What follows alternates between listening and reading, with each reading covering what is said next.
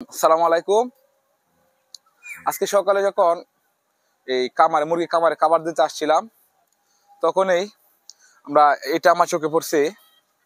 এটা হইতেছে আমার এখানে যে মুরগির মল রাখি, তো এটা হচ্ছে এখানে এই মলগুলো রাখার জন্য একটা হাউস করছিলাম। তো 2 দিন আগে এই বাড়ি বৃষ্টি হতে এটা একটু লিক করছিল, মানে একটু ভেঙে গেছিল। তারপর এখান দিয়ে পানি আসা যাওয়া, মানে পানি এক লেভেল হয়ে গেছিল। তারপরে এটাকে আমি এত গুরুত্ব দেই নাই, ঠিক আছে। গতকালকে একটু ওই যে গুড়া মাছ, ছোট ছোট মাছের একটা ভাব দেখছিলাম যে এখানে মনে আসতেছে, এটা সন্ধ্যা টাইমে। তখন এত ভাবছি হয়তো আসবে না, আর যদিও আসে, যেহেতু এই মনে করেন যে একটা ভাব আছে যে ফিলফিলানি এমন একটা ভাব ঘাসের মধ্যে করতেছে, তখন ভাবছিলাম যে এটা মনে হয় পাঙ্গাস মাছ হবে। আর যদি পাঙ্গাস মাছ এই লিটারের ভিতরে আসে তাহলে সমস্যা হবে না।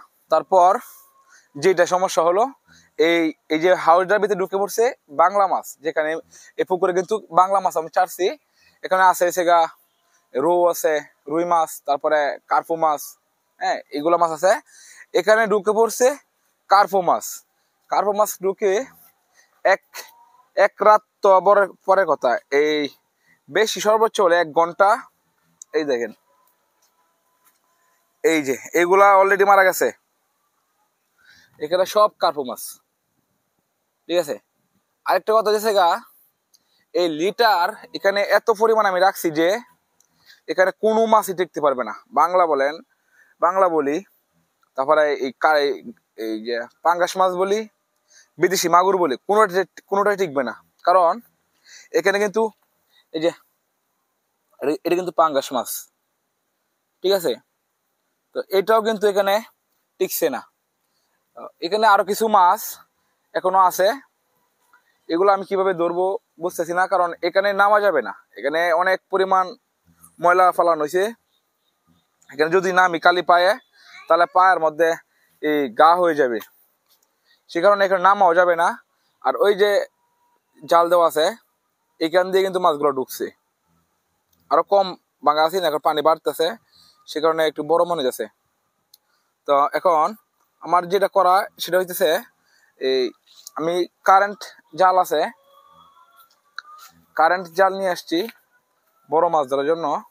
এই যে এই জালটা আমি এখান দিয়ে পাতবো, এদিক দিয়ে পাতার পর এই কিছু মানে কোনো একটা কিছু দিয়ে লাড়া দেবো 2 পাশে, তাহলে মাছগুলাকে জালে মানে আটকে যাবে।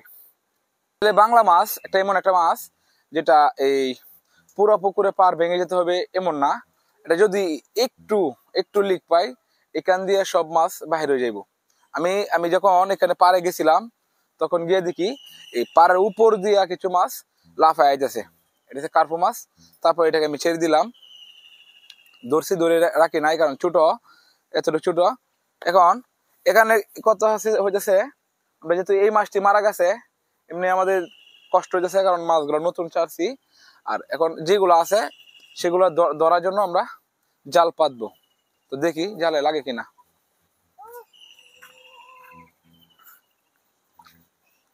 এখানে কিন্তু এখনো অনেক মাছ রয়ে গেছে, যে জাল পাতে দেখি লাগে কিনা। আর যে মাছগুলা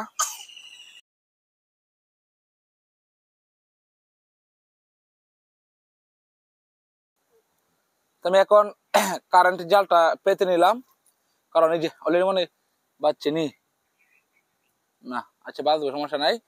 এটাকে একটু এই ঝুঁক দিয়ে আর কি এই পাশে লাড়া দেম, তারপর মাছগুলা দৌড় দেওয়ার পরে এই জালে বাজে দেবো। আর না হলে এই লেদার পানি থেকে, এই মলের পানি থেকে মাছ মারা যাবে, পরে আর খাইতে পারবো না। এমনি কতগুলা মাছ মারা গেছে একটু দেখাও। এমনি অনেকগুলা মাছ মারা গেছে। এগুলো যদি খাইতাম তাহলে মিনিমাম 1 সপ্তাহ খাইতে পারতাম। এখন তাই এইগুলা মাছ ধরার প্ল্যান করতেছি। আচ্ছা আইসা পড়ছি এখানে, কি আর করা যাইব। আর এই দিক দিয়ে আমরা জাল দিব আরো। আমি যে এটা বাদ দেওয়ার আগেই মাছ লেগে গেছে দেখাই। আর এই মাছটা আমি ছেড়ে দিব, কারণ এটা পাঙ্গাস মাছ।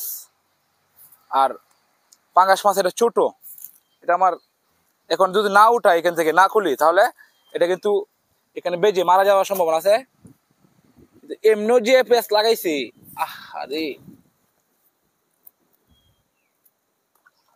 আরো আছে মাছ।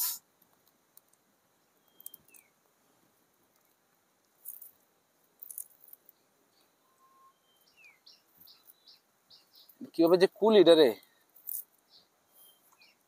বন্ধু। তো দেখেন আরেকটা বলতে তো আরেকটা লাগিয়ে গেছে। তো এটাও কিন্তু পাঙ্গাস মাছ। কাঁটাটা কিন্তু একটু ভয়ঙ্কর কাঁটা। তো আমি ছেড়ে দিতেছি কারণ এভাবে দৌড়ে চাচ্ছি না, কারণ এখানে থাকলে হয়তো আর কিছুক্ষণ বেঁচে থাকবো, তারপর এটা মারা যাইবো। সে কারণে আমার জাল পাতা।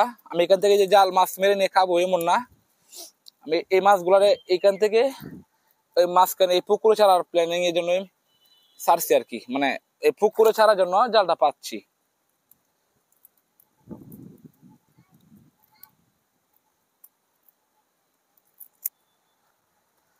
তো এই যে এটাকে আমি এখন আমার পুকুরে ছেড়ে দিব। এই যে অলরেডি কিন্তু এই যে এইগুলা, এই যে মাছের কান্তা বলি আমরা, এই কান্তা গুলা লাল হয়ে গেছে। এটা আর কিছুক্ষণ পরে মারা গেল হইলে এখন তারপরে জানটা ফিরে হইব। এই যে লেজ রক্তাক্ত হয়ে গেছে, এটা মারা গেল আর কিছুক্ষণ পরেই।